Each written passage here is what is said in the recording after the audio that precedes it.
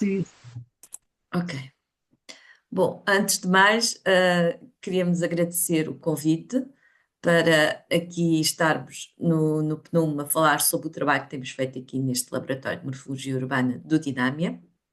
e que tem sido um, um laboratório dedicado ao estudo da forma urbana, a várias dimensões, e que cruza com estas preocupações da sustentabilidade desde há muito. Portanto, somos todos arquitetos.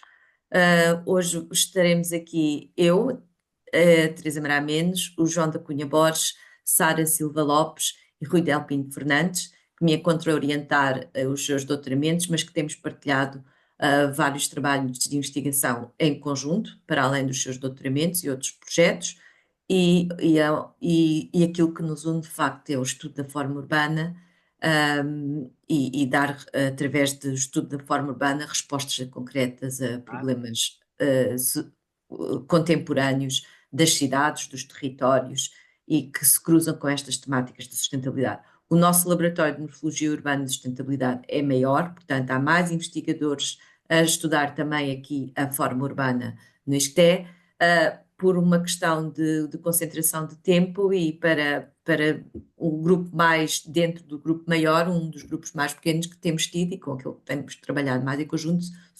temos sido nós os quatro, e disso nos propusemos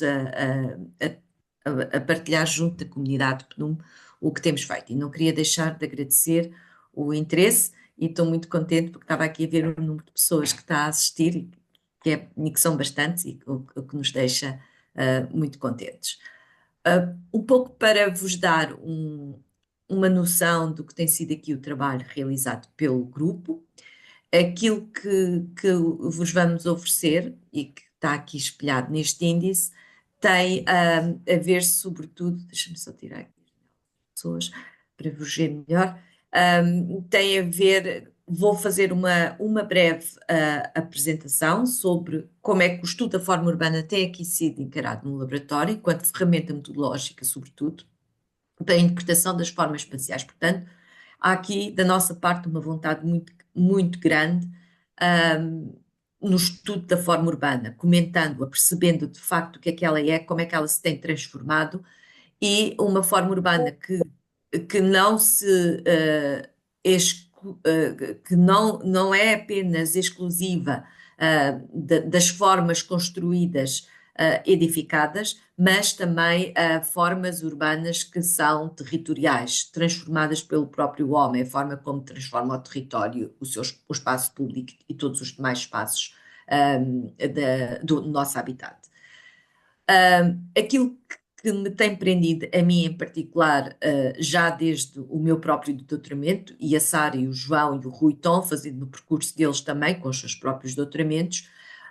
o meu interesse pelo estudo da forma urbana também nasceu com a minha investigação de doutoramento. Na altura, a temática era já ela voltada para as questões da sustentabilidade, e uma crítica num encontro, numa procura do entendimento de quais é que seriam as formas urbanas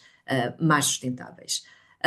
Chegando à conclusão de que não há umas mais do que outras e que a sustentabilidade não é uma condição da própria forma, mas que a sustentabilidade é uma exigência que se deve aos nossos modos de vida e à forma como a sociedade faz uso das suas próprias formas, mas há formas urbanas que melhor ou pior correspondem a estas existências societais. Portanto, a sustentabilidade não é, em meu entender, uma condição da forma urbana, mas é uma condição que se impõe à sociedade e depois a forma como a forma urbana responde a estas condições societais, aí sim é importante. Portanto, dessa conclusão que saiu da tese de doutoramento, tenho feito um percurso ao início de uma forma isolada, eu sei apenas enquanto docente e depois como investigadora, e à medida que o tempo foi passando, já que estou nesta casa no ISCTE há mais de 20 anos, à medida que o tempo foi passando, e não só a idade vai se somando, mas também nos tornamos, os grupos vão crescendo, vão-se conhecendo novas pessoas, vamos-nos cruzando com outros que têm idênticos interesses, nomeadamente o João, a Sara e o Rui, que abraçaram esta temática do estudo dos habitats e da sustentabilidade e da forma urbana de uma forma que considero exemplar e paradigmática, e daí também os ter convidado para fazer parte desta sessão, porque entendi então, ao longo destes 20 anos, estender o estudo da forma urbana e da sustentabilidade de uma forma muito particular. Para já, a questão da sustentabilidade caiu quase que numa temática cansativa. Tudo era sustentável. Às tantas, tendo surgido a oportunidade de trabalhar as questões do metabolismo socio-urbano e também de início, também com o Vítor Oliveira, num projeto que tivemos mais tarde, que partilhámos conjuntamente mais tarde, a partir de 2017, no projeto Splash, mas antes disso, já o tema do metabolismo eu tinha agarrado e articulado com o estudo da forma urbana. E, portanto, e o porquê? Porque a questão do metabolismo é uma condição societal. Portanto, a forma como nós organizamos o território, fazemos uso dos recursos que o temos, é a forma como a sociedade gera o seu património edificado, gera as suas formas construídas e gera as formas como as diversas atividades são alocadas no território. E isso é muito importante, porque isso era para mim um modo melhor de interpretar as condições da forma urbana para dar resposta a isto. Daí ter entrado por este campo do metabolismo, que o metabolismo não é um palavrão, não é um chavão, porque é essa condição social e urbana, urbana da perspectiva da transformação física, do edificado. Portanto, este metabolismo socio-urbano entendi-o ser mais conveniente e prático para explicitar aquilo que são as condições de sustentabilidade. E é nesta primeira parte que me vou focar, e depois o João irá detalhar um pouco mais como tem feito o estudo da forma urbana nas suas temáticas de doutoramento, relacionadas com a habitação operária, num doutoramento que me encontro a orientar neste momento juntamente com Ivor Samuels, e os padrões morfológicos dos diferentes processos urbanos. Depois seguirá a Sara Silva Lopes, que tem feito uma análise da forma urbana também voltada para a temática da habitação, mas desde a perspectiva com um contributo para as políticas públicas, mas onde as questões morfológicas e arquitetónicas da habitação são, sobretudo depois do 25 de Abril em Portugal, são o seu foco de estudo. E depois, por fim, numa outra escala de abordagem, que não a habitação per si, mas temos o Rui Delpino Fernandes, que está num campo muito perto das minhas escalas de trabalho, que tem a ver com estas realidades urbano-rurais do subúrbio. Ele tem-se dedicado ao estudo do subúrbio de Lisboa, mas também de Barcelona, desde através da questão da morfologia urbana enquanto ferramenta. Nós aqui entendemos o estudo da forma urbana sempre desde o interesse de questionar a própria forma, as interpretações diferentes e diversificadas que ao longo dos tempos a própria forma tem sido alvo de e tem sido conotada como, mas também interessa-nos enquanto ferramenta metodológica para interpretação não só das formas, mas das suas, das suas condições metabólicas. Portanto, de forma, agora focando na minha na parte desta apresentação, aquilo que vos vou mostrar são sobretudo três projetos que me coordenei aqui no laboratório, no Dinâmia, o projeto MEMO, o projeto Splash e um em que me encontro agora de momento, que é um Driving Urban Transitions, um projeto internacional com vários parceiros internacionais, mas onde temos que tem por esta designação HAT. E depois, na última, temos os três doutorandos, os três investigadores deste laboratório que vão falar sobre os seus próprios trabalhos. Então, voltando agora àquilo que foi o início, o primeiro projeto aqui no laboratório, onde esta questão do metabolismo foi cruzada com o estudo da forma urbana, que foi o projeto MEMO, dedicado a este território da área metropolitana de Lisboa, e onde o que nós pretendíamos fazer era uma análise metabólica comparativa entre dois momentos históricos, o princípio do século XX e a meio do século XX, acabou por ser 1900 e 1950. Porquê? Porque identificávamos que nestes dois momentos históricos a sociedade tinha tido comportamentos metabólicos distintos. Num primeiro, era uma sociedade organizada em prol de uma sociedade rural, portanto, uma sociedade de base económica, sobretudo agrícola, e num segundo caso, 1950, temos o crescimento da indústria a chegar e temos o processo de industrialização a decorrer e um declínio daquilo que era a base agrícola na nossa economia. Portanto, foi uma oportunidade de identificar em dois momentos societais distintos como é que duas condições socio-urbanas, que são elas um metabolismo diferenciados, um de base agrícola e um de base industrial, tinham impactos espaciais diferentes ou não no solo. E então era através deste estudo metabólico, comparando com isto, que queríamos perceber quais é que eram as implicações espaciais, morfológicas, destes comportamentos socio-urbanos metabólicos no solo da área metropolitana de Lisboa. E fizemos esta análise através, no nosso território, numa equipa alargada. Da nossa parte, no laboratório de morfologia urbana e sustentabilidade aqui no Dinâmia, coordenei uma equipa só praticamente de arquitetos. Aquilo que nos interessava era perceber esta espacialidade das formas urbanas disto, e depois tínhamos um colega no Instituto Superior Técnico com uma formação em Engenharia de Ambiente e que iria contabilizar toda a dimensão ambiental e ecológica deste mesmo metabolismo para podermos comparar isto. Mas isto num trabalho partilhado para percebermos como é que em 1900 era o metabolismo, não só espacial, mas também da perspectiva ambiental. Foi uma aventura.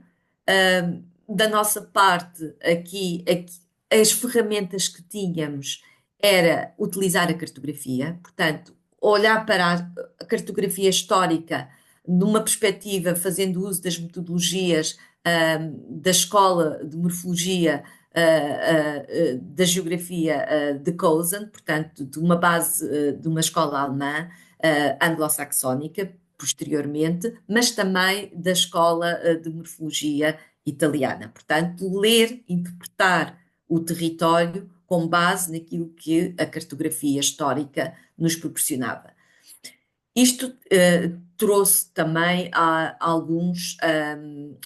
dissabores e algumas dificuldades em todo este processo, porque se cruzávamos elementos identificados na cartografia, a cartografia é uma coisa que é quase que congela aquilo que era a espacialidade daquele território num determinado tempo em que o levantamento daquela cartografia foi feita. A cartografia não mostra a velocidade da forma como as coisas se estão a transformar. Portanto, a análise de transformação e evolutiva do metabolismo não podia ser feita num momento de 5 anos. Não havia cartografia com escalas de 5 anos que nos permitissem fazer isso. Optámos por dois momentos históricos, então, paradigmáticos. Fixámos-nos na 1900 e fixámos-nos no momento de 1950. Como é que o fizemos? Fizemos através de identificar, através das legendas das cartografias que depois tivemos acesso e que selecionámos, e que havia várias possibilidades, e chegámos à conclusão de que uma base cartográfica feita pelos militares que nos proporcionava isso, era possível. Para fazer a análise metabólica, focámos-nos também, logo desde então, e também tinha a ver com alguns estudos prévios que eu tinha conduzido aqui no território de Lisboa, com alguns colegas da Universidade Politécnica da Catalunha, mas também de Santiago de Compostela, de um projeto que eu tinha feito consultadoria de estratégia verde para Santiago. Fixámos aqui no Memo, na análise das tipologias construídas pelos homens, pelo homem, pelo cidadão, em 1900, de elementos de formas urbanas relacionadas com a água e com o mosaico agrícola e com a disposição do território. Portanto, fixámos na água e nas questões da agricultura. E identificámos na cartografia de então, que é isto que vocês veem aqui nesta imagem, tem a mancha daquele território analisado, que tem estes quadros das várias cartas que foram selecionadas, e depois aqui do vosso lado direito, uma seleção daquilo que eram os elementos tipológicos relacionados com o uso da água e os elementos tipológicos relacionados com os usos agrícolas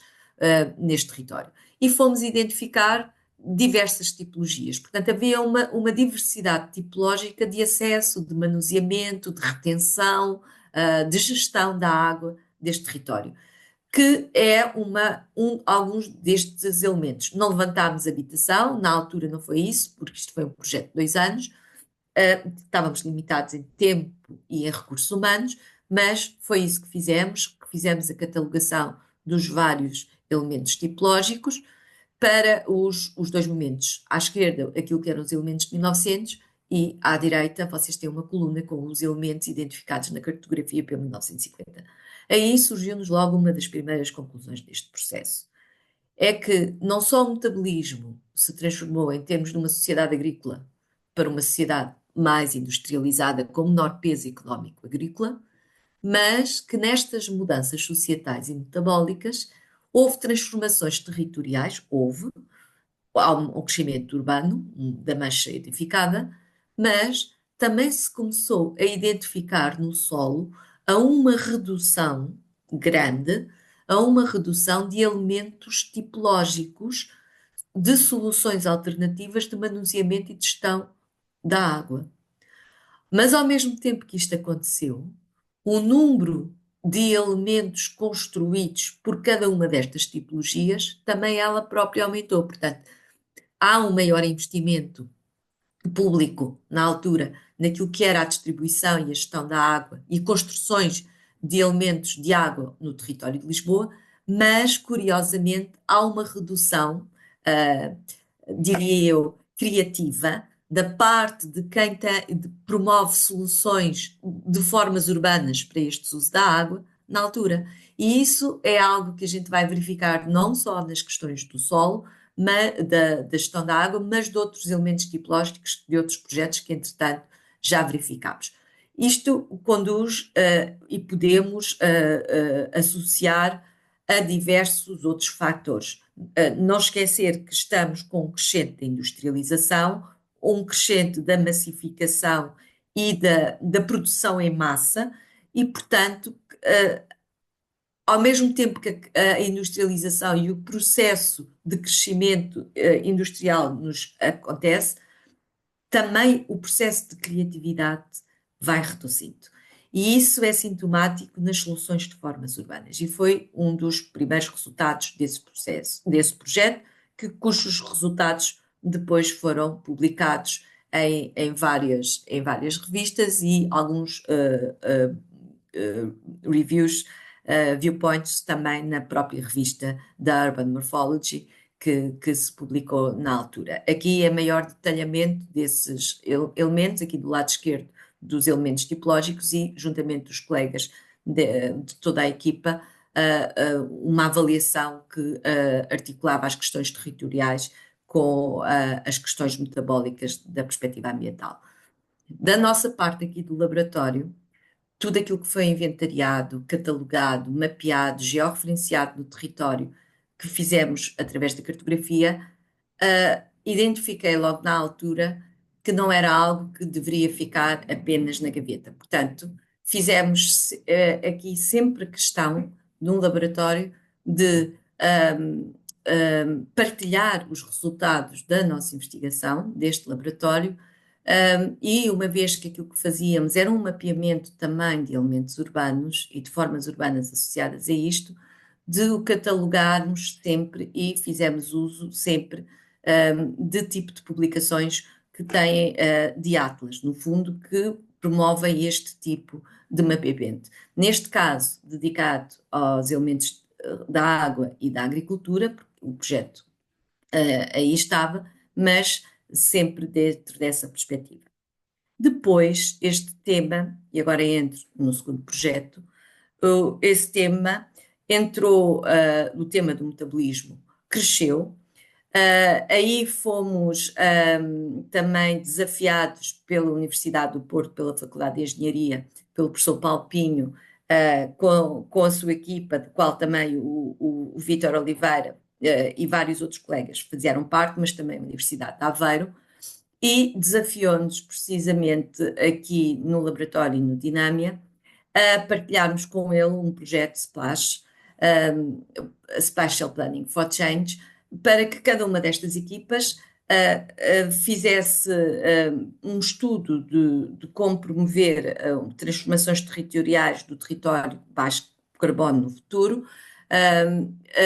com o know-how que tínhamos. Da nossa parte, o desafio foi dar continuidade aos estudos de metabolismo relacionados com o tema da forma urbana, que já tínhamos iniciado no projeto MEMO. A nossa equipa aqui no laboratório cresceu, portanto, não só tínhamos já arquitetos, mas tínhamos sociólogos, economistas políticos, antropólogos, geógrafos,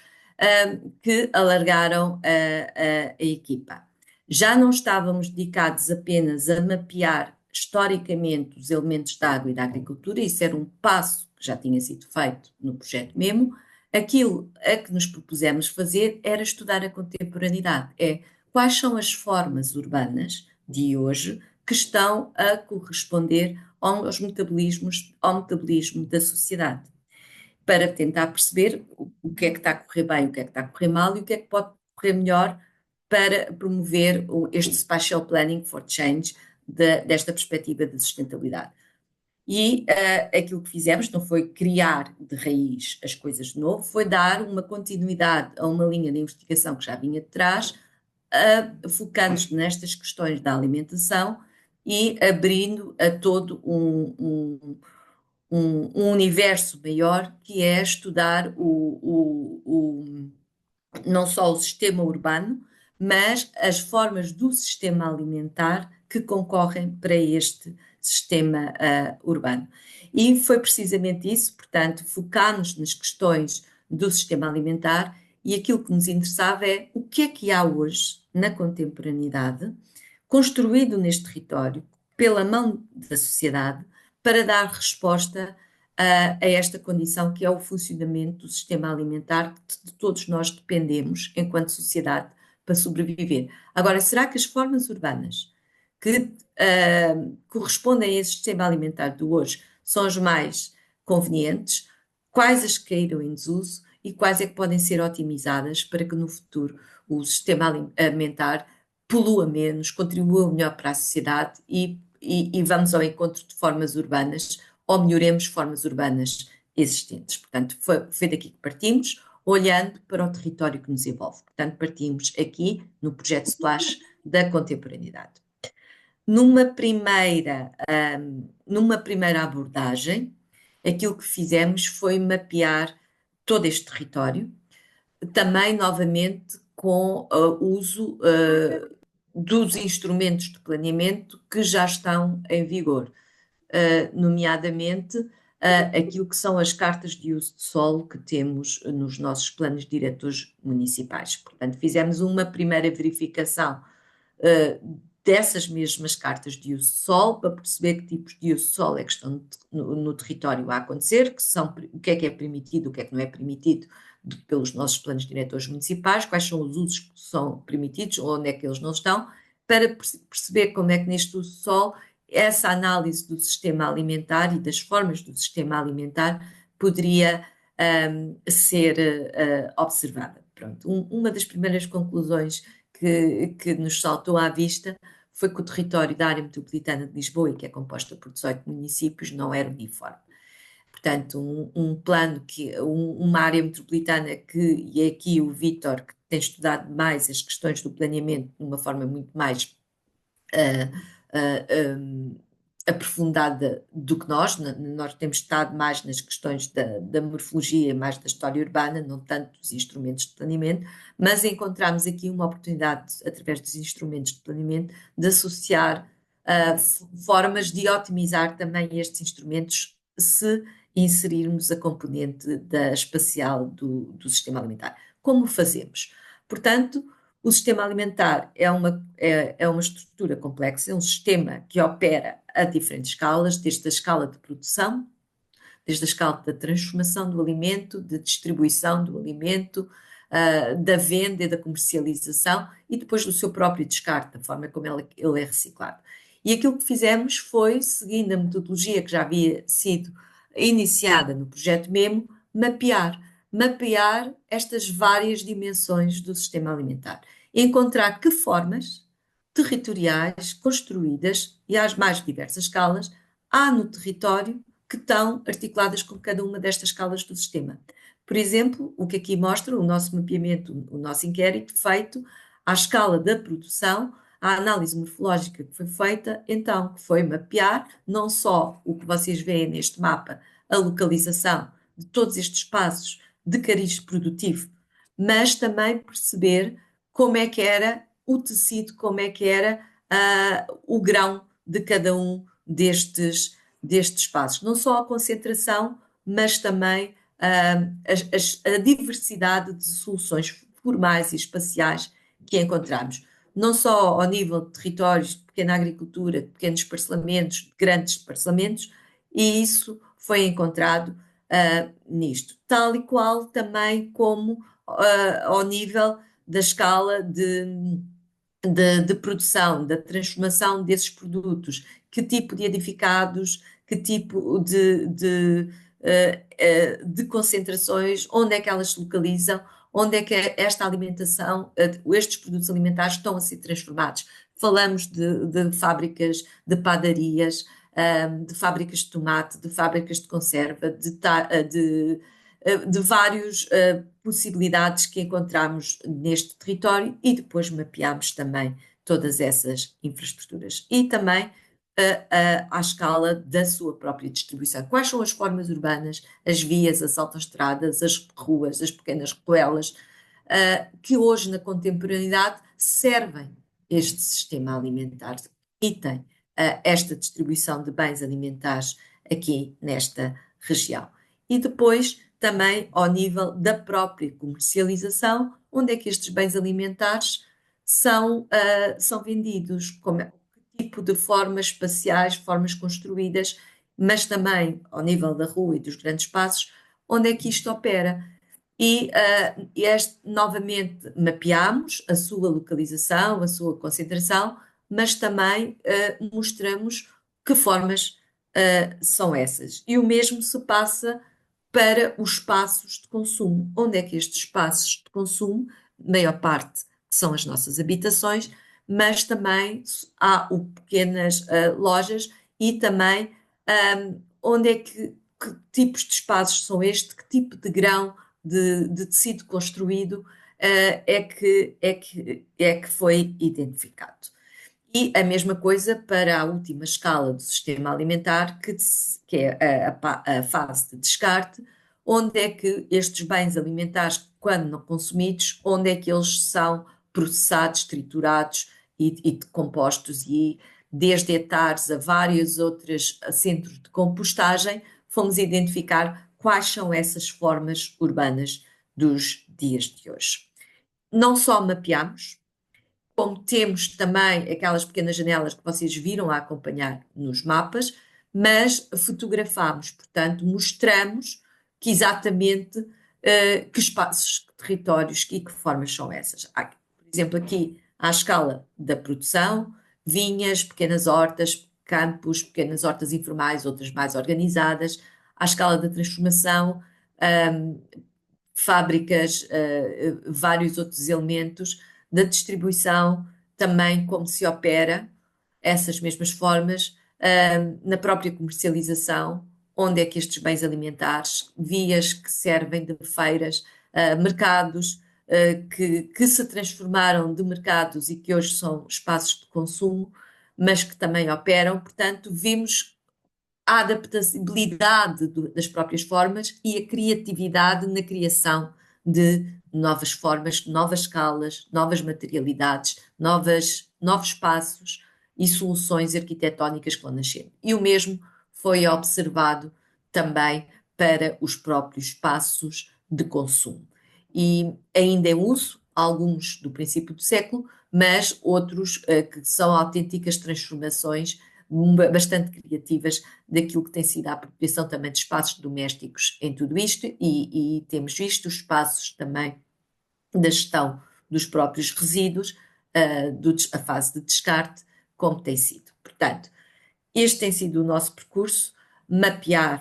estas formas urbanas, numa primeira fase, numa perspectiva mais histórica, princípio do século e meio do século, e o projeto Splash, este segundo projeto Splash, permitiu-nos, sobretudo, focar-nos na questão da contemporaneidade. A maior parte de nós somos arquitetos, mas temos um interesse muito genuíno pela componente da história urbana. Isto porque a componente da história urbana nos permite julgar o presente e perceber o presente de uma forma mais exata e numa forma mais cientificamente cuidada, sem ser apenas intuitiva. E uma das questões que temos feito, sempre acompanhando todos estes processos de registro, do mapeamento das formas associadas a estes processos metabólicos da sociedade, focados nas questões da água e das questões alimentares, e quando entramos nas questões do sistema alimentar, sobretudo do splash, foi completamente impossível desligar a componente alimentar da componente habitacional. E daí também, mas também muito articulado com os doutoramentos em curso, quer da Sara, do João e do Rui, tornou-se completamente óbvio que não podemos falar de sistema alimentar sem falarmos também dos espaços domésticos, dos espaços onde as pessoas habitam, porque a última análise é aí que o sistema alimentar acaba, como vocês viram naquele mapa, acaba por ganhar uma escala e uma dimensão maior. Para o fazermos, uma das coisas que nos temos dedicado é à leitura dos instrumentos de planeamento, sobretudo da nossa região, que conhecemos melhor, que aqui habitamos, a região de Lisboa, e temos olhado sempre desde a perspectiva da região. Isto porque no projeto Splash chegámos também à conclusão que era impossível fazer uma proposta de melhoramento do sistema alimentar para Lisboa sem focar na sua própria região, porque esta região de Lisboa, para o bem e para o mal, ela foi sempre o berço de todos os produtos hortícolas e de todos os produtos e bens alimentares da nossa própria cidade de Lisboa. E continua a ser até hoje, embora não tal e qual como concluído no próprio projeto mesmo, nunca foi suficiente, nunca foi no passado, mas temos aqui um registro daquilo que foram os principais instrumentos de planeamento à escala da região, o Plano da Região de Lisboa, do urbanista Etienne Croé, o Plano Diretor da Região de Lisboa, de 1964, e o Plano Regional do Ordenamento do Território, daqui da região de Lisboa, já de 2002, que é o instrumento que está em vigor ainda, e que regula estes usos do solo que temos vindo aqui a analisar e a associar às diversas formas. Portanto, é impossível estudar formas urbanas dissociando-as dos instrumentos de planeamento, e aí é um reconhecimento também grande pelo trabalho do próprio Vítor, que nos expôs a estas questões do planeamento, mas aquilo que também vimos é que é mais fácil de explicar estes instrumentos de planeamento articulando com as questões da forma urbana quando os focamos numa problemática em concreto, neste caso do sistema alimentar. Aqui é já um mapeamento daquilo que é a região de Lisboa nos dias de hoje, numa cartografia produzida no âmbito do projeto Splash. Tudo isto leva-nos a questionar o que é a forma urbana, o que é que tem sustentabilidade, tem a ver com a forma urbana, e aquilo que vos mostro aqui é um conjunto de 4 textos que redigi, que publiquei na revista Urban Morphology, sempre no formato de viewpoint, no sentido de serem eles questionamentos sobre as condições físicas das formas urbanas que temos e como o que é que a forma urbana, numa primeira instância, este do lado esquerdo, tem a ver com as questões da sustentabilidade, numa segunda instância, da necessidade de revermos o nosso entendimento de morfologia urbana e de própria forma urbana, e foi um viewpoint a apelar à necessidade de atualizarmos os nossos glossários e dicionários de morfologia urbana, precisamente porque a sociedade mudou, os nossos metabolismos mudaram, as formas urbanas mudaram, mas o nosso entendimento do que é que são elementos de forma urbana ainda está agarrado, em meu entender,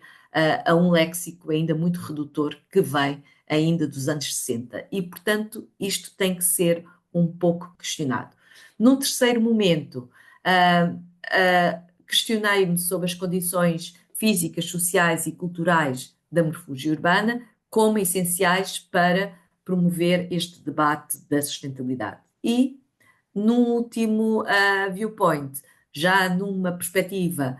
mais propositivista, isto porque também são temas que levo para dentro das áreas dos cursos de arquitetura onde leciono, sobretudo na disciplina de urbanismo e de urbanismo ecológico, como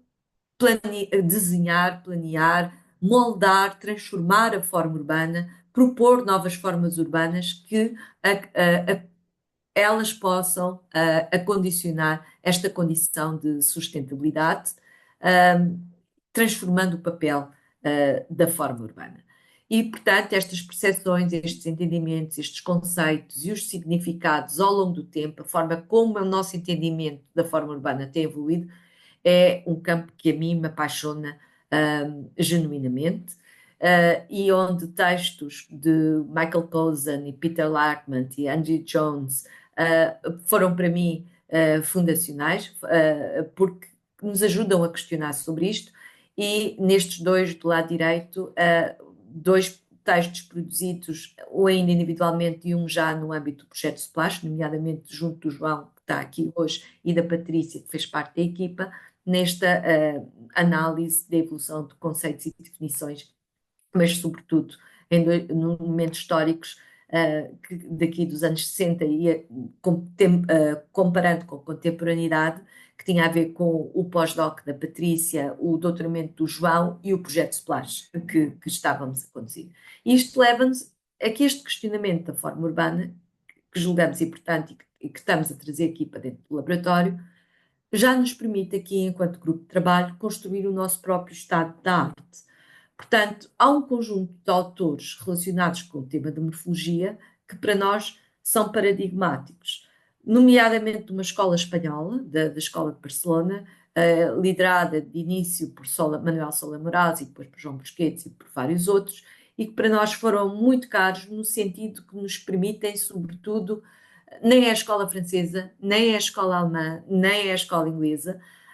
mas que nos permitem desligar também um pouco desse espartilho que é nos concentrarmos numa ou noutra escola e a perceber melhor os nossos próprios territórios, porque no fundo foi o que Sola Moraes e Busquets fizeram, olhar para aquilo que os rodeia. Partimos daí e depois outros que para mim que foi a minha guru no estudo da forma urbana, que foi a Anne Mudou, a forma da análise das transformações da forma urbana, e também Jeremy Whiten, que já não está entre nós, infelizmente, mas que com o seu estudo 20th Century Suburbs foi sempre um alertar para a necessidade de olhar para os territórios que não são apenas os nossos centros urbanos, mas também as nossas periferias. E também os trabalhos de Emily Talen têm sido essenciais para aquilo que é o questionamento das escalas de vizinhança e de bairros e de comunidades que nos permitem também entender novas escalas de forma urbana. Depois, um outro conjunto de trabalhos que também identificamos como sendo interessantes, que vêm já dos Estados Unidos, com o Stanley Love e a Brenda Shear, novamente ligada às questões da forma urbana. E depois temos aqui 4 exemplos aqui nesta linha de meio, mais de Lisboa, mas que também foram importantes. No caso de vários autores, que eu estudos da praça, que é um outro laboratório de colegas aqui de uma outra faculdade, conduzido por Carlos Dias Coelho e outros colegas, mas que têm sido muito precisos naquilo que é a identificação de elementos, mas que tenho também alguma crítica da minha parte quanto ao trabalho que eles produziram neste laboratório. Acho os exemplares de uma perspectiva gráfica da forma como os seus livros, os seus trabalhos, os seus elementos são todos eles catalogados, mas entendo que há aqui uma certa limitação, sem ser no mau sentido, é claro, entre aspas, daquilo que é, então, qual é a utilidade destas formas urbanas? Estamos só a mapear para termos um repositório de elementos e isso soube-me a pouco. Daí a minha urgência de aliar sempre o estudo da forma urbana às questões da sustentabilidade, às questões do sistema alimentar e vejo que tanto o João como a Sária, como o Rui e outras pessoas que estão a estudar e a fazer uso da ferramenta, a Maria Amélia Cabrita, que aqui também está a assistir hoje, e a vários outros, não podemos dissociar o estudo da forma urbana da forma como as sociedades fazem uso da forma urbana portanto, daí entender que é necessário percebermos também estes metabolismos. E não quer dizer que toda a gente tem de estudar o metabolismo, mas o metabolismo é um mote para se ver o porquê das razões das transformações e propor novas formas para contrariar transformações que estejam a acontecer. Pronto. E daí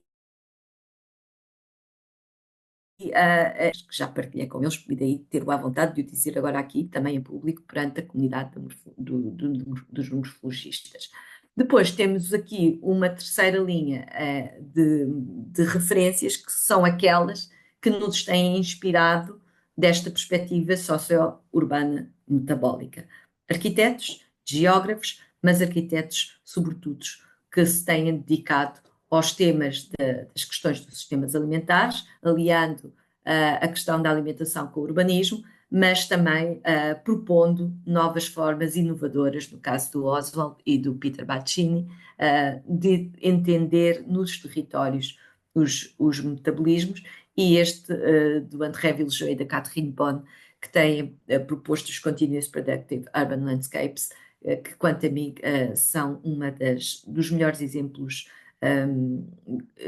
que da perspectiva pedagógica posso partilhar com alunos, no sentido de transformar as cidades de hoje através do projeto, implementando o estudo da forma urbana com o sistema alimentar. Pronto, neste laboratório,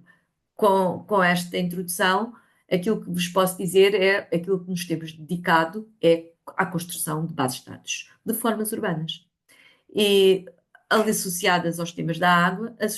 associadas ao sistema alimentar, da mobilidade e da habitação. E, portanto, todos nós temos contribuído em pouco com o know-how e os interesses de cada um nisto. E, portanto, aquilo que temos feito é todo um repositório de formas urbanas, tal e qual como os nossos colegas do CIAU daqui da Faculdade de Arquitetura da Universidade de Lisboa, mas aqui no Laboratório de Morfologia Urbana de Dinâmia, associado ao tema da sustentabilidade, aquilo que nos interessa é identificar os padrões de relações. Padrões de relações entre a forma e as transformações societais e as transformações dos complexos sistemas urbanos de mobilidade e alimentares que operam no território. E, portanto, são estes padrões de relações que nos temos, sobretudo, aventurado, explorado, e aquele que mais densidade tem ganho, e também porque temos trabalhado também junto dos estudantes, e ontem fizemos também o lançamento de um livro que agora foi recentemente publicado, dedicado aos temas também do João da Sara e do Rui, e do que temos utilizado, implementado aqui nos estudantes de urbanismo no ISCTE, nos temas da habitação, mas há esta busca incessante das formas urbanas, e que tem sido publicado em diversos canais de revistas, livros, exposições, sempre nesse sentido. e está feita esta introdução do laboratório das. Vocês veem? Sim. Sim. Ok. Parei a minha partilha, que é para dar espaço agora ao João para poder partilhar a dele, mas para vos dar este enquadramento do mapeamento, da construção dos repositórios e dos elementos específicos que estamos. Não referi o terceiro projeto, porque esse está mesmo agora a ter início este mês, mas estamos associando novamente as questões da alimentação, mas a alimentação, tal como a Emily Talon advoga, na nossa escala de proximidade dos bairros de residenciais, na escala dos 15 minutos que aqui temos e as questões de mobilidade da cidade que temos. E passava a palavra ao João para passar para o caso do que ele está a trabalhar também aqui no Laboratório de Forma Urbana. Obrigado e boa noite. Ahm, Partilhar aqui a minha. Toda a gente consegue ver? Sim. Pronto. Sim. Ahm, Bom, então eu vou fazer uma apresentação de um dos primeiros capítulos em que eu trabalhei para a minha investigação de doutoramento, que a Teresa está a orientar juntamente com o Ivor Samuels. Esta apresentação vai ter mais ou menos três partes, uma que explica um bocadinho mais o âmbito do trabalho e os objetivos que o trabalho tem, depois uma outra que mostra o resultado de uma análise feita a uma escala subregional, muito dentro da linha do tipo de trabalho que a Teresa apresentou nesta introdução. E depois a terceira parte é mais um caso de estudo, é um detalhamento das preocupações ou dos temas que eu estou a trabalhar no meu doutoramento. Ah, ok. Pronto. De uma forma muito geral, um, a pergunta a que eu tento responder, e da qual o meu doutoramento acaba por ser só uma parte, é esta, que é como é que a classe operária se urbanizou. Portanto, nós sabemos que em diferentes países, entre o século XIX e o século XX, tivemos mudanças sociais e mudanças no sistema económico muito grandes. Sabemos que isso mudou as cidades e que, em larga medida, fez com que as cidades, na sua forma moderna, aparecessem. E sabemos também muito sobre as condições de vida destas pessoas, e devemos isso ao trabalho de sociólogos, de antropólogos e até de economistas políticos. Ahm, mas a minha ideia aqui é que não sabemos o suficiente sobre as condições de vida, as condições materiais em que viviam a sua vida cotidiana. E, portanto, este trabalho é um bocadinho uma tentativa de responder a essa questão, tendo dentro, digamos, uma subquestão que é qual é que foi o papel do setor público, eh, desculpa, qual é que foi o papel do setor público dentro deste fenómeno. No meu doutoramento, eu estou a trabalhar e estou a tentar fazer uma perspectiva comparativa entre exemplos do Reino Unido e exemplos portugueses. Nesta apresentação, vou só focar-me num dos exemplos portugueses em que tenho trabalhado, eh, que é o da extensão norte de Lisboa, a área compreendida mais ou menos entre a Vila de Moscavide e Vila Franca de Xira. Uma boa parte das referências que eu trouxe para este trabalho não são referências vindas da arquitetura nem da forma urbana, vêm da história social, sobretudo, e da história política. Portanto, que é uma história que muitas vezes falta-lhe uma dimensão territorial, e portanto aqui acho que há uma oportunidade de não só de informar a morfologia urbana e o estudo do habitat com a literatura que temos ao nosso dispor da parte da história social, mas também o inverso, ou seja, informar essa história social das dimensões territoriais e das dimensões do habitat, que também são muito importantes nestes processos de transformação. Uh, Também tem sido bastante importante a influência de alguns outros livros. O Inquérito à Arquitetura Popular Portuguesa é um deles. Os inquéritos ao habitat rural, como o Orlando Ribeiro, fez um bastante importante cá em Portugal, mas houve outros noutros países. E também uma série de estudos que apareceram, sobretudo na década de 60 e 70, e que se debruçavam um bocadinho sobre a arquitetura sem autor, ou seja, a arquitetura sem pedigree, como dizia o Bernard Brodowski, e que a morfologia urbana é especialmente útil para estudar. Pronto, e há alguns inquéritos também sobre, mais focados nesta componente do habitat das classes operárias. Pronto, eu tenho aqui dois exemplos, um sobre o Porto e outro sobre a cidade de Lisboa. Pronto, mas que ambos são estudos e isso é um pouco representativo do trabalho que existe nesta área, são muito focados nas próprias cidades, ou seja, na cidade de Lisboa e na cidade do Porto, e muitas vezes falta a periferia ou falta uma dimensão regional que também teve muita importância neste fenómeno. Aqui enfim, era uma pequena indicação de qual é que é a dimensão morfológica disto tudo, portanto, talvez a melhor pergunta não seja como é que a classe operária se urbanizou, mas de que forma, ahm, no sentido morfológico do termo, ou seja, como é que a fixação desta população e a modernização da economia, através da industrialização, tomou forma no território. Como eu disse, portanto, o caso que eu vou apresentar aqui é um caso relativo à região de Lisboa. O que temos aqui, isto é material que veio do projeto Splash, é uma, portanto, é um mapeamento das zonas urbanizadas da região metropolitana de Lisboa, mas para perceber um bocadinho este fenómeno, há que recuar um bocadinho atrás. Um, À época deste esquema regional, que era um esquema meramente conceptual, nunca foi propriamente executado, mas que foi feito pelo Etienne de Groe e que representa a primeira visão da qual temos registro de um planeador, a pensar de facto como é que a cidade ia estender-se para a periferia, não é? Evidentemente, como vemos por estas duas imagens, não, portanto, aquilo que o Etienne de Groe propunha não é de facto aquilo que aconteceu, mas tem, apesar de tudo, a sua importância histórica, porque houve, durante algum tempo, uma tentativa de dirigir o desenvolvimento urbano neste sentido. No caso, e tendo em conta a pergunta sobre as classes trabalhadoras, o eixo que ganha aqui especial importância de extensão direta de Lisboa seria este eixo norte em direção à Vila Franca de Xira, e portanto aqui, através da sobreposição de uma série de cartas militares, temos uma imagem do que era aquele território à época em que o Etienne de Groe faz este esquema de periferização da cidade, e também à época em que começa a haver um desenvolvimento urbano e, sobretudo, um desenvolvimento industrial mais significativo e que vai ter um impacto maior no território. Portanto, o plano a que me referia é este. Ele nunca foi aprovado formalmente como plano, ficou sempre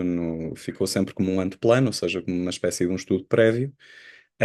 Mas, como vemos, seguia um modelo relativamente parecido com o modelo que o mesmo Etienne de Groe tinha proposto para a Costa do Sol e que a Teresa estudou já com bastante detalhe. Portanto, era no fundo um modelo de periferização urbano-rural, em que tínhamos uma série de núcleos urbanos, estes aqui assinalados a amarelo. Tínhamos áreas industriais localizadas junto do rio, por uma questão de facilidade de transporte. Um, E depois teríamos uma grande cortina de proteção rural que separava os núcleos uns dos outros e que preservava uma parte da paisagem agrícola que ainda existia em meados da década de 40. Pronto, este plano não foi aprovado, ele depois teve uma revisão, uma primeira revisão feita em 55, pelo arquiteto Fernando António Lorenzini. Um, e que depois também começou por ser uma revisão do zoneamento industrial, mas depois acabou por estender-se também a uma revisão do que se planeava fossem os núcleos habitacionais. Portanto, este segundo plano também do Fernando Lorenzini, eh, até agora só foi possível identificar a parte correspondente a Louros, que é esta que aparece aqui, e depois um recorte do assentamento da Lhandra, em Vila Franca de Xira. Portanto, há ainda aqui uns fragmentos que faltam aqui no meio e depois. E sabemos também que houve pelo menos uma revisão feita em 1958 por técnicos camarários, da qual também só temos a metade correspondente a Louros, mas em que vemos um aumento das densidades e vemos, no fundo, uma aceitação de um modelo mais de cidade industrial e menos de cidade-jardim, que era talvez a melhor definição para a proposta do Etienne de Groe. Portanto, no fundo, naquele que acaba por ser o período da grande transição do território ou deste território, nós temos três planos que são feitos, não é? Para dar resposta à mudança social e apesar de nenhum ter sido aprovado, a verdade é que eles correspondem ao período em que este território se transformou mais e se transformou mais profundamente. E é um pouco sobre esse período que esta análise incide um bocadinho. Portanto, a primeira abordagem que fiz aqui, como disse, é à escala subregional, portanto, é olhando um bocadinho para a área que corresponde à área que o Etienne de Groe previa como sendo a área de extensão. Portanto, aqui isto é uma primeira, digamos, é uma primeira vista de pássaro, são imagens gerais de como é que é a paisagem à volta da linha férrea e à volta da Estrada Nacional 10, que são os grandes eixos estruturantes desta área. Portanto, como vemos,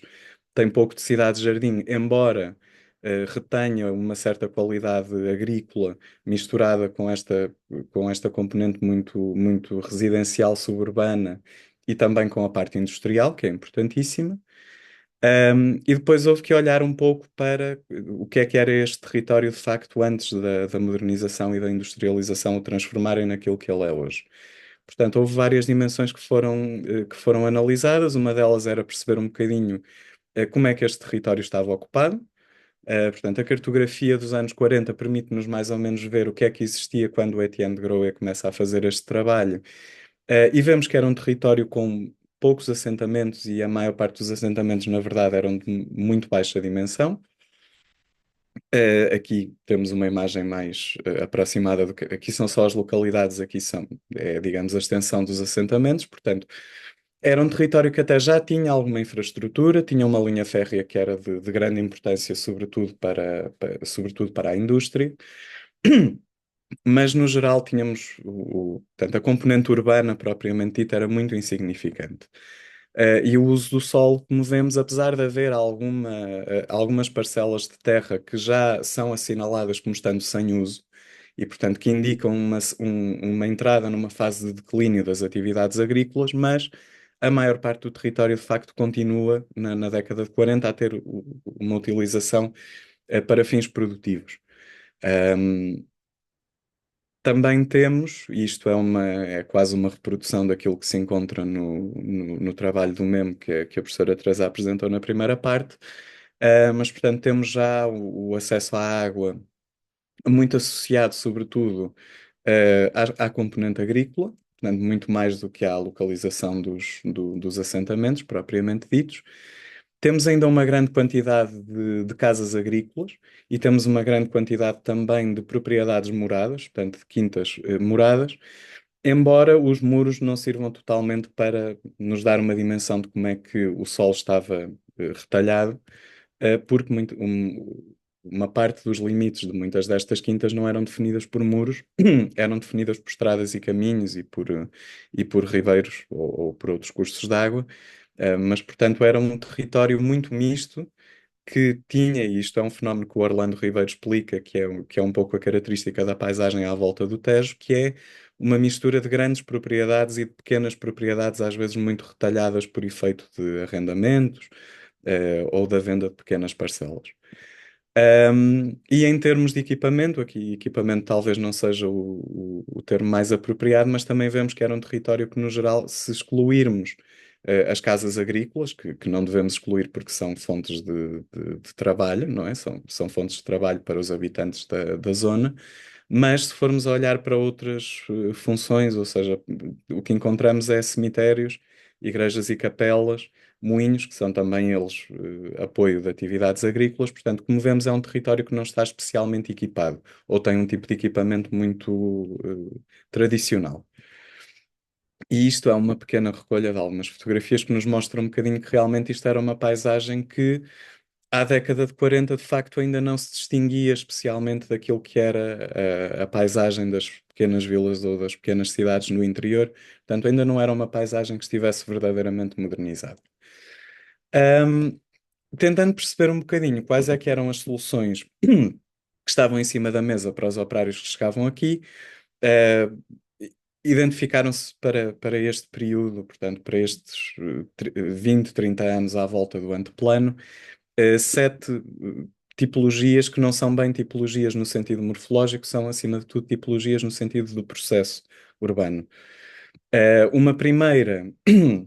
e que corresponde provavelmente de um ponto de vista cronológico à primeira opção que os trabalhadores encontraram, era de facto a adaptação ou o aumento ou a subdivisão de casas rurais, que aqui em Lisboa ou na região de Lisboa eram conhecidas como casas saloias,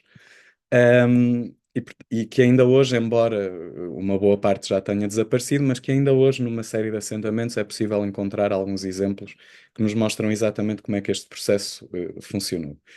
Uma segunda tipologia, é esta mais conhecida e que se encontra em muitas cidades do mundo, são de facto estas habitações mínimas para operários, que aqui chamamos de correntezas, de pátios, de vilas, portanto,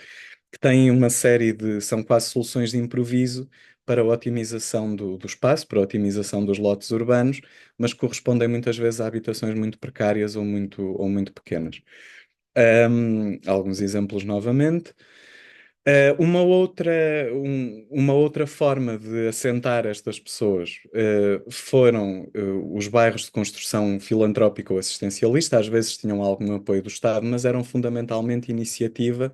ou de instituições de assistência social, a Santa Casa da Misericórdia sendo um exemplo, ou dos próprios patrões ou proprietários industriais que queriam ter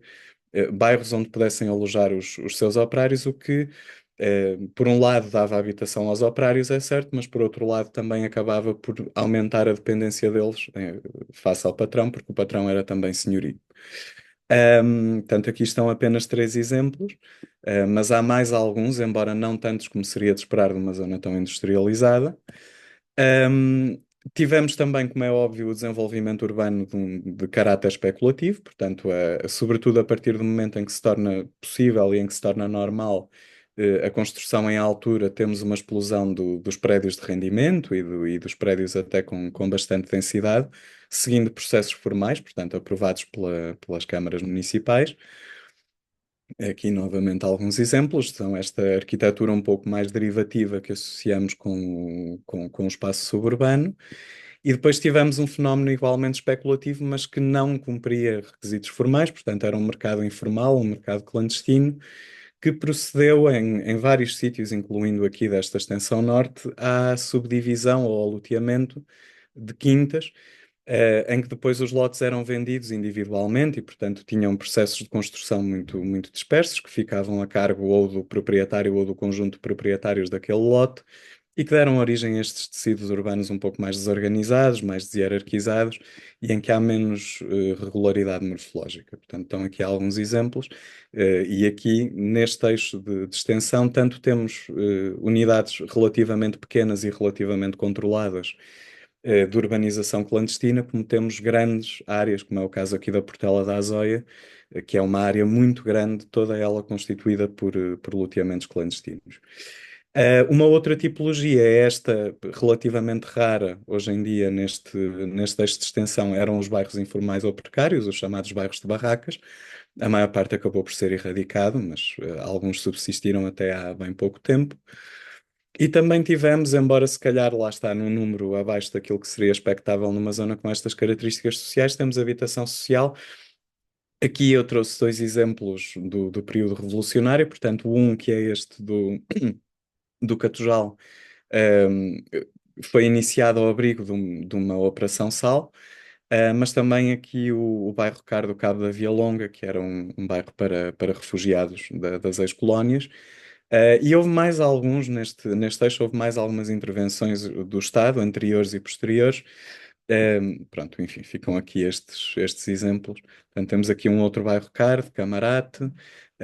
Tudo isto já são operações do PER. Portanto, houve aqui alguma habitação social, às vezes até de grande dimensão, mas num número inferior àquilo que se esperaria para uma comunidade empobrecida. E depois aqui, numa tentativa um bocado de sair deste registro mais regional ou mais subregional e de entrar efetivamente na morfologia urbana, portanto, há aqui um caso de estudo que é Pires Coxe. Pires Coxe, aliás, não é Pires Coxe, peço desculpa, é Santa Iria da Azóia, que é uma localidade que tem três povoações, Pires Costa, Santa Iria e Via Rara, e onde é possível, de facto, identificar os principais ciclos de desenvolvimento desta época, muito marcada pelos operários. Portanto, tanto a divisão das casas rurais, de que falamos em cima, e em que temos ainda operários a viver junto de camponeses e ainda a viver uma vida social muito próxima da vida dos camponeses. Portanto, são tecidos urbanos que hoje em dia já não, portanto, já temos muita dificuldade em encontrar, sobretudo encontramos restos. Esta carta cadastral da década de 50 ainda permite fazer alguma distinção quando comparado com o que existe no local entre o que era habitação rural e o que eram depois extensões, aquilo que o Conzan chamava accretions, ehm, mais destinadas a operários, portanto, que já têm mais a ver com um certo período industrial. Depois temos portanto, entramos efetivamente na época da arquitetura especulativa e dos grandes prédios de rendimento que já funcionam por pequenos conjuntos ou por grandes conjuntos, portanto, já não é o edifício individual ou o lote individual, já são projetos com um bocadinho mais de fôlego. E que acabam por misturar-se um pouco mais com os tecidos. Portanto, tanto servem para a criação de zonas novas, como servem para fazer a extensão e a substituição de áreas que já estavam urbanizadas. Portanto, aqui temos o exemplo de Santa Iria da Via Rara e aqui o de Pires Coxe, em que vemos de facto uma mistura muito grande entre estas diferentes épocas no mesmo sítio. Os loteamentos clandestinos, aqui em Santa Iria, é um dos casos em que temos um conjunto relativamente pequeno e relativamente controlado, que tem apenas três bairros. Aqui são fotografias de dois deles. Mas que, de um ponto de vista morfológico, de facto, têm características muito regulares, que são estas. E, portanto, com isto eu termino a minha apresentação e olhando para o período que está aqui em estudo, de facto, que é o período desta conversão industrial, no fundo, estes acabam por ser os tecidos mais significativos desta época, que são representativos daquilo que acontece neste eixo de extensão e que também vão ser importantes, embora possam não ser tão representativos, de outras áreas de expansão de Lisboa nesta época. Pronto. E passo agora a palavra à Sara, penso eu. Olá, com licença, eu só vou fazer aqui uma intervenção para dizer que normalmente as sessões acabam por volta das 8h15, então para a gente poder ter assim, algum tempo de debate e tal, eu pediria a Sara e ao Rui que se pudesse fazer a apresentação assim mais rapidamente, só para a gente poder, né, ter um momento de perguntas e respostas depois. Obrigada.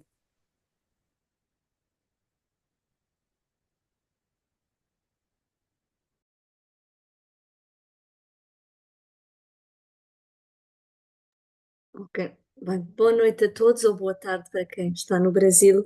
A minha apresentação, peço desculpa, deixem-me só por desde o início, foca-se um bocadinho, não tanto em caso de estudos, mas mais numa questão da abordagem metodológica de qual é que são as contribuições da forma urbana e arquitetónica para as políticas públicas habitacionais, e nesse sentido a questão que deixo logo de partida é, portanto, como é que estas políticas públicas, invertendo a questão, como é que estas políticas públicas afetam a dimensão espacial da habitação.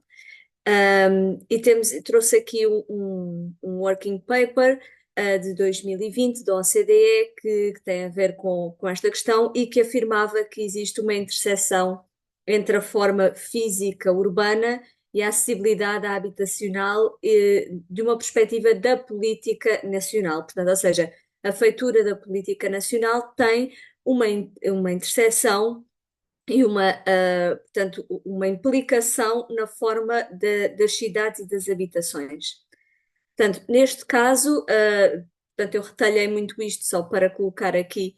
muito mais direcionado na temática que eu estudo, que tem mesmo a ver com as políticas habitacionais, e tirei essa parte, portanto, que indicava que as políticas nacionais habitacionais podem ter, portanto, efeitos na forma física, e aqui eles destacavam, por exemplo, no desenvolvimento de tipologias habitacionais que podiam ser adequadas ou desadequadas consoante as necessidades da população,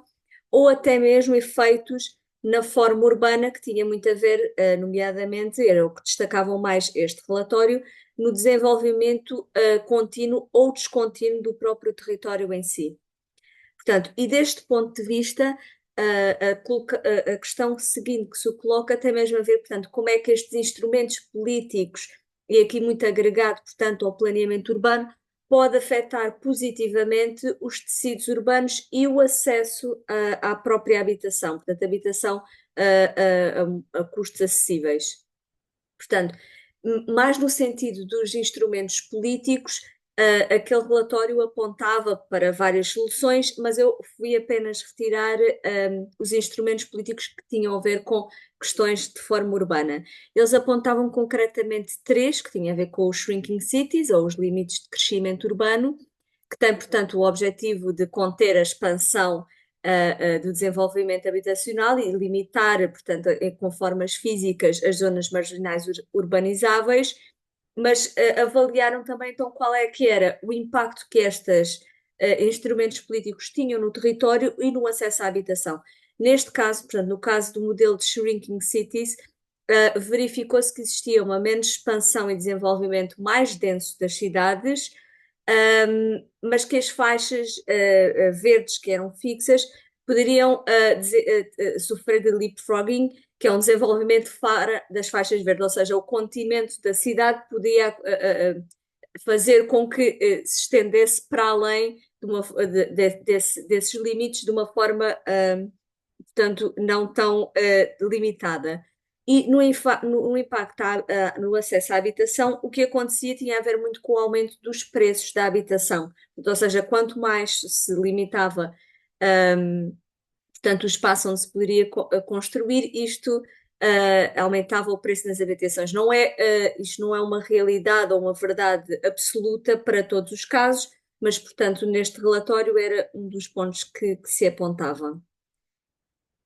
Outro instrumento político, portanto, que tinha a ver com estas formas urbanas, tinha muito a ver com o Green Belt, ou a cintura verde. Portanto, eu aqui trouxe o exemplo, por exemplo, da cintura verde europeia, mas também temos o exemplo de Londres, Toronto e muitas outras, portanto, que designa áreas de espaço aberto em torno das zonas urbanas para fazer um tampão, não é? E para também combater e permitir ter limites de expansão de cidade. Portanto, o que se verificou neste caso tinha a ver com realmente se conseguia ter menor expansão e um desenvolvimento mais denso, mas acontecia a mesma questão, que é se os limites não fossem bem traçados logo inicialmente, poderia existir uma fragmentação urbana e uma expansão que não era controlada, digamos assim. E verificou-se também novamente o aumento dos preços da habitação. Ainda que tenha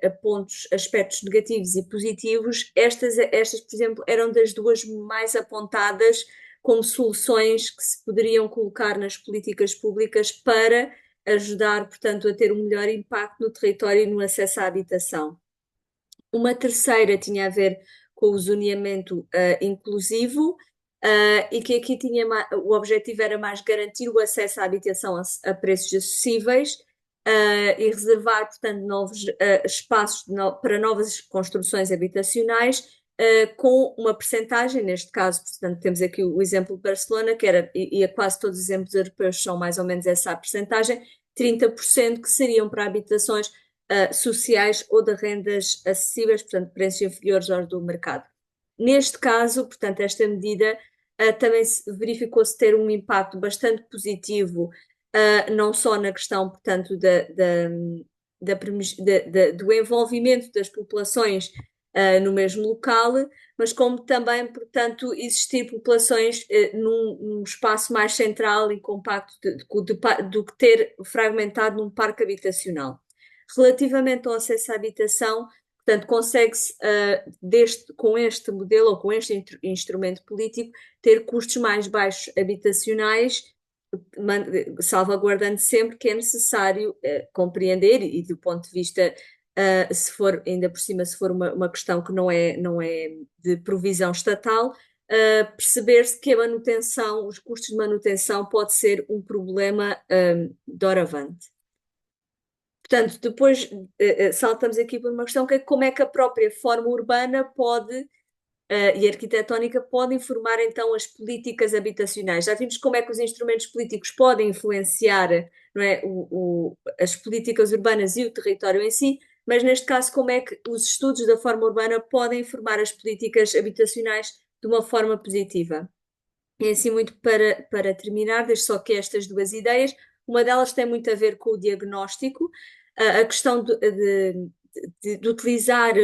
a forma urbana e os estudos da forma urbana e mesmo até de morfologia urbana para conseguir, portanto, fazer um diagnóstico adequado dos territórios que estamos depois a querer intervir, e não só para isso, mas também estes estudos têm uma forte potencialidade de questionar padrões de cidade que estão estabelecidos, que podem eventualmente, portanto, tomar outros caminhos e conseguir detectar outras alternativas e sugerir outras alternativas que possam ser integradas nas políticas urbanas e habitacionais para garantir o direito, principalmente à habitação e ao habitat. E, por fim, a questão também, portanto, da proposta em si, ou seja, é tão valioso no diagnóstico como na proposta, e isto até já é um bocadinho mais utilizado em termos de planeamento urbano, não tanto em questões de, portanto, mesmo da forma arquitetónica dos edifícios, mas em planeamento urbano já é uma coisa um bocadinho mais estabelecida, ou seja, e também conseguir compreender, através destes estudos, quais são as tendências dos modelos de forma urbana que devem ser considerados e também os instrumentos políticos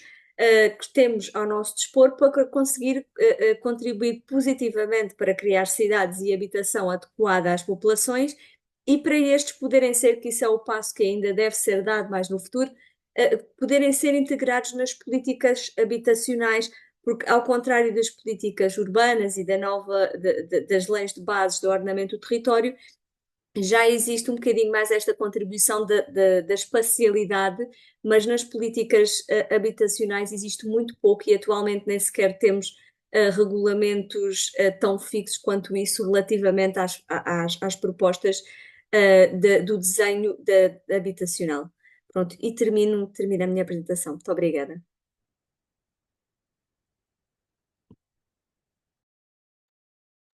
Obrigada, Sara.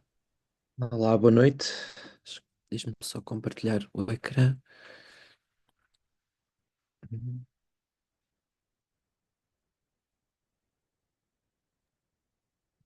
Olá, muito boa noite. Bom dia, aliás, boa tarde. Começo por me apresentar. O meu nome é Rui Fernandes,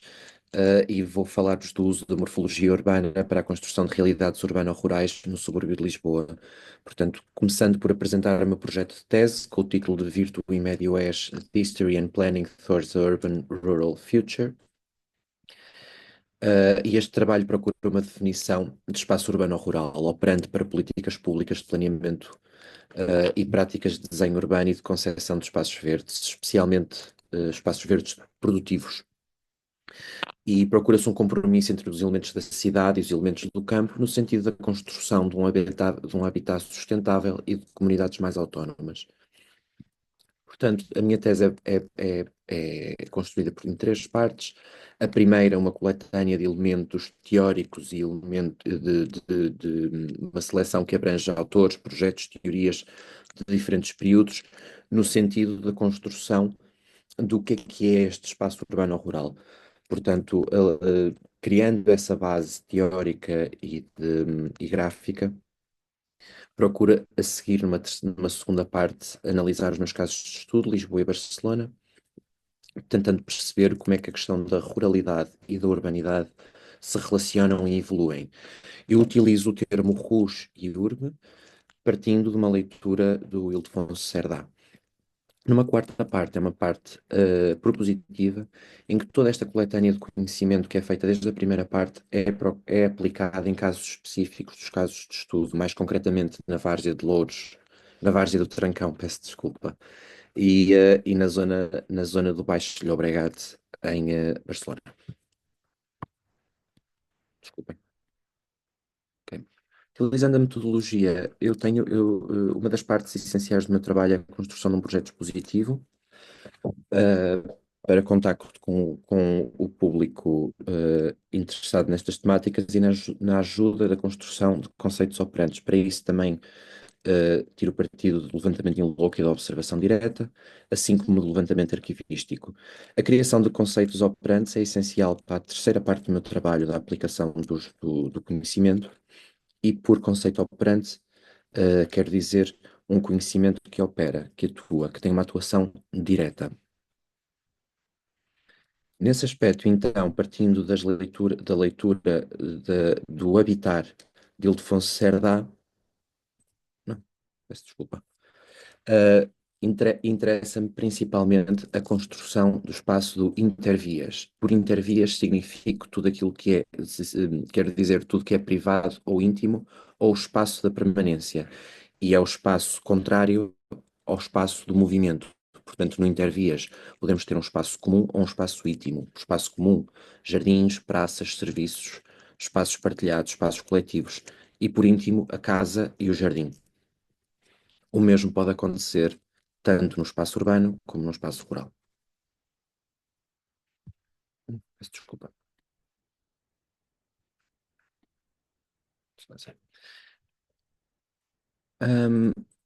Partindo de duas agendas internacionais e dos pontos que salientam essas agendas internacionais, nomeadamente na questão do planeamento a várias escalas, das sinergias entre o campo e a cidade, do conhecimento dos territórios, da criação de novas tipologias de espaços públicos, da facilidade na criação de habitação e no promover da relação entre o rural e o urbano, é importante destacar o ponto do conhecer os territórios. E aí faz-me pensar sobre a necessidade de criação de cultura de território que o João Ferrão fala no ordenamento do território com política urbana, ou seja, na necessidade de conhecer todas as dimensões sociais, culturais e físicas do território antes de começar a planeá-lo. Ao mesmo tempo, já anterior a João Ferrão, Patrick Guedes com a sua ferramenta do Survey Before Plan, do conhecimento antes do planeamento. Nesse aspecto, tenho procurado de forma gráfica tentar sintetizar o território lisboeta, partindo deste caso de estudo,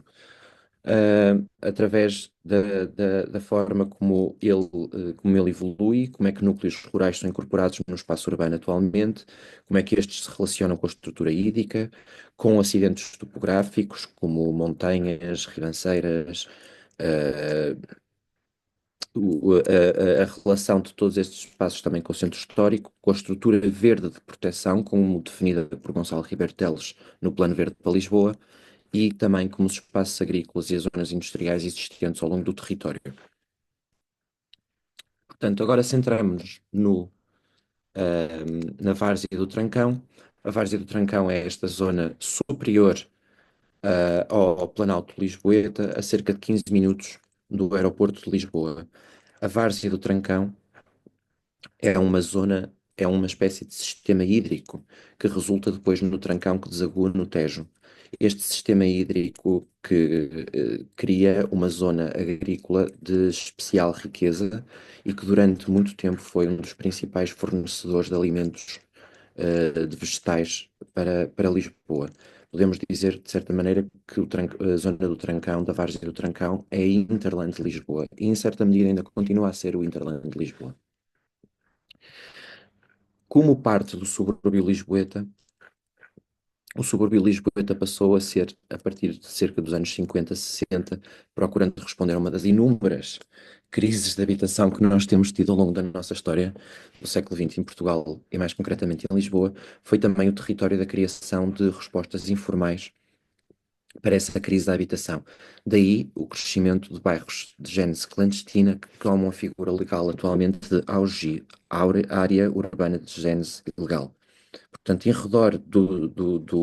redor da Várzea do Trancão, o que nós encontramos são muitos destes bairros que ainda persistem, e muitas deles ainda persistem na mesma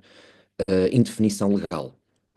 Portanto, o bairro ilegal é uma entidade perfeitamente marcada na paisagem, surge quase sempre no meio do campo, muito raramente encravado em zonas urbanizadas, portanto, com pouca relação com tecidos urbanos existentes, com limites definidos pela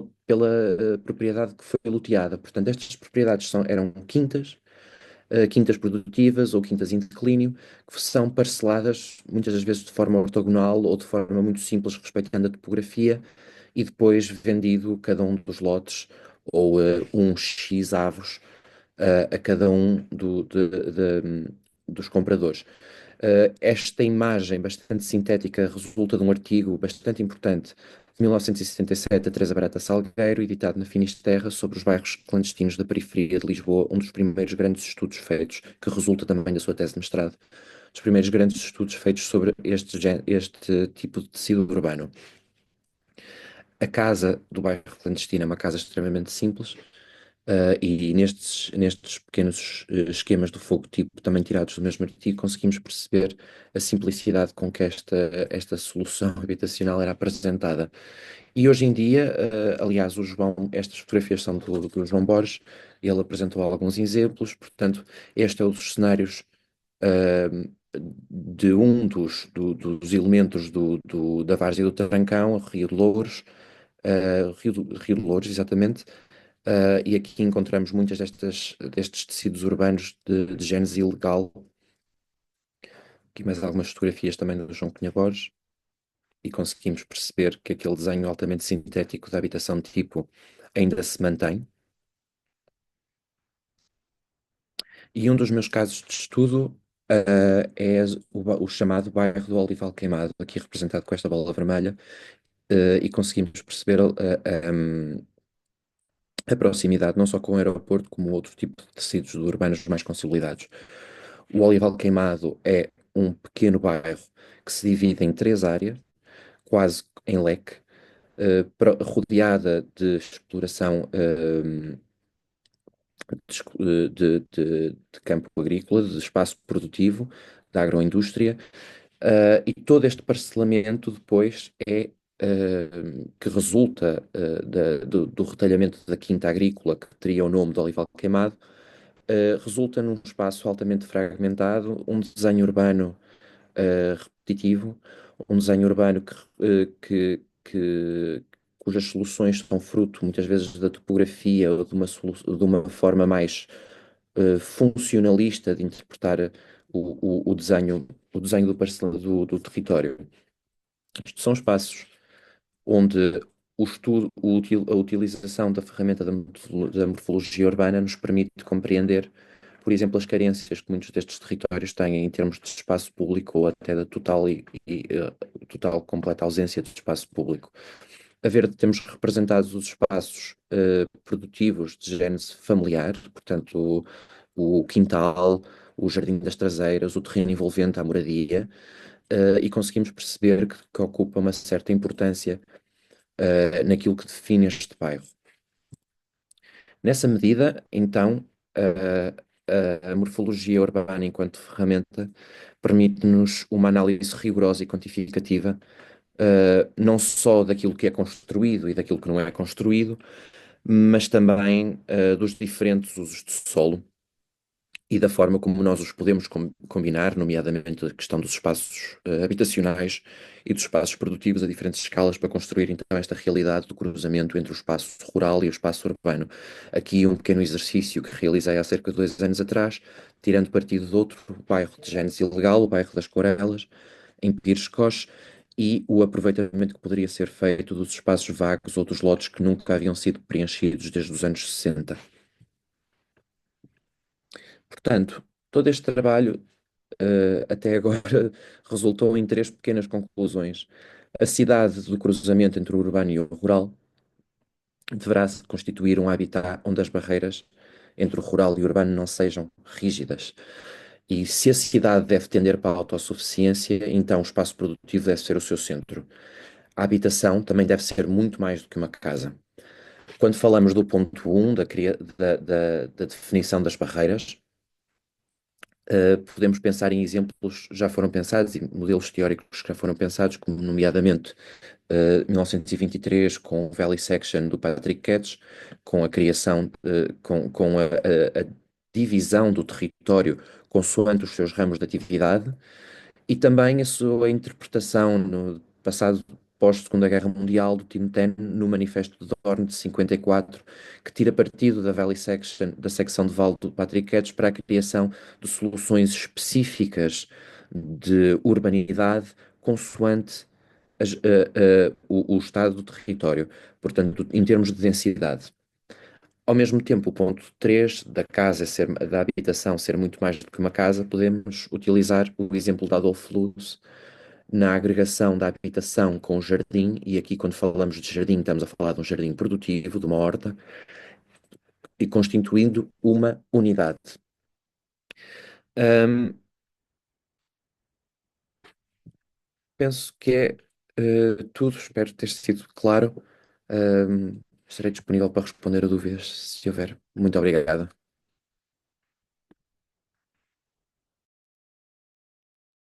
Muito obrigada, Rui, pela apresentação. Quero agradecer